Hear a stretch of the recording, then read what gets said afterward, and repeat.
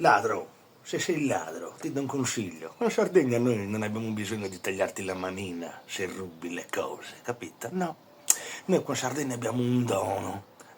Sovrastimmo, esercitimi, ti posso assicurare che eserciti. Quindi se tu rubi qualche cosa e io scopro che sei tu, io ti dico, ma ho un pur di ori d'engasa. E il giorno dopo tu ti svegli con la mano morta così, e non ti serve più. Ma come ti fa? Non ci dava di davanti, massimo con l'altra, ma che ti discuto un medio in Cina pur di adotte due, ma dopo se 10.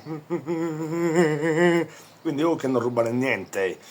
Qua in Sardegna devi stare molto attento a rubare le cose.